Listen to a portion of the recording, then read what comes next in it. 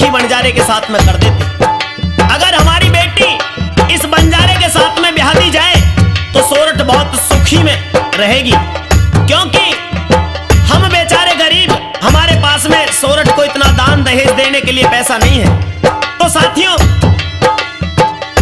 कुम्हार व कुम्हारी राजी हो जाते हैं और उन्होंने सोरठ की शादी लक्की के साथ में कर दी। लक्की सोरठ को ब्याह कर बहुत राजी हो जाता है और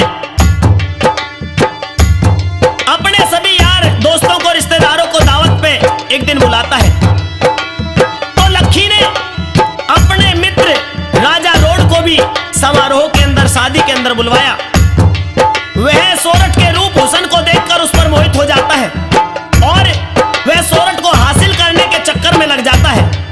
उसके बाद एक दिन लक्की व सोरठ को अपने यहाँ दावत पर राजा रोड ने बुलवाया और दावत के बाद राजा रोड ने सोरठ को तो अपने महल में कैद कर लिया और लक्की को अपने सैनिकों के द्वारा वहां से धक्के देकर अपने राजमहल से बाहर निकलवा दिया। प्रेमियों, लक्की बेबस उदास होकर अपने टांडे में पहुंच जाता है और उसे कोई रास्ता नजर नहीं आया।